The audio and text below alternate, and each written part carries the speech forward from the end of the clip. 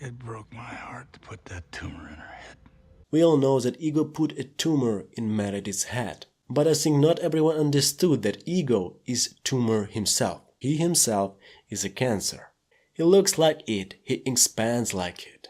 I have to remind that planted seeds are his extensions. Over thousands of years, I implanted thousands of extensions of myself on thousands of worlds.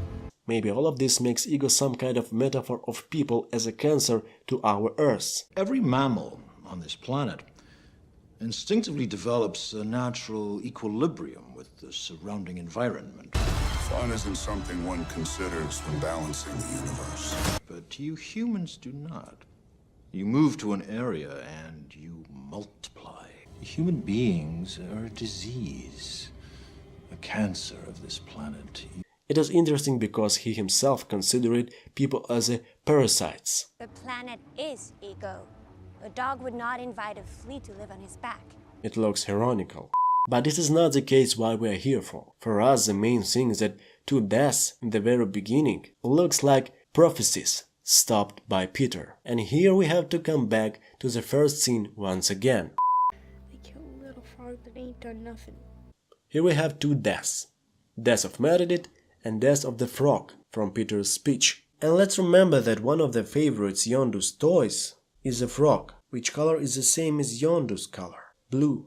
And also, let's remember that in the end of the sequel, Yondu was almost killed in the same way as Peter's frog from the beginning. Smushed it with the stick. His magic stick was broken, and he himself was almostly squished by Ego Tentacle. But Yondu's saving knowledge led Peter to save his blue dad from squishing to death, unlike it happened with the frog in the very beginning. After all, Yondu dies, but we know it happens in a different way. Yondu was bypassed by Frog's heavy plight. Peter saved him from such fate. And here we finished with Yondu's prophecy. And let's move on to Meredith. At the beginning of the sequel, on a King Cobra car, Ego and Meredith arrive to Cafe Dairy Queen, where his planted seed is already sprouted a little bit.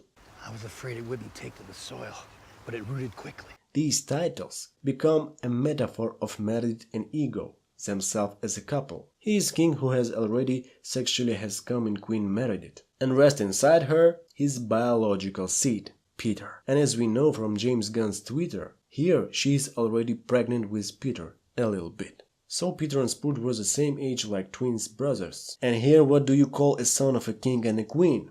I think obviously prince. And it is interesting because we know that there is a joke in the first movie with this very word.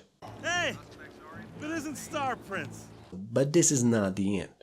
Also, this queen place becomes a metaphor of Meredith's in another second meaning, the Mother Earth. We know that later Ego will try to kill Earth, just like he did it with Meredith. Using his seeds, he will try to kill it with a cancer, with a tumor, with himself. Just like he did it with Meredith in the beginning. But he won't able to do it, just as in the case with the frog. So these two deaths in the first scene play roles of prophecies, prevented by Peter in future, and that was the end of the third Easter egg. Only some unspoken things rest. Some unspoken things.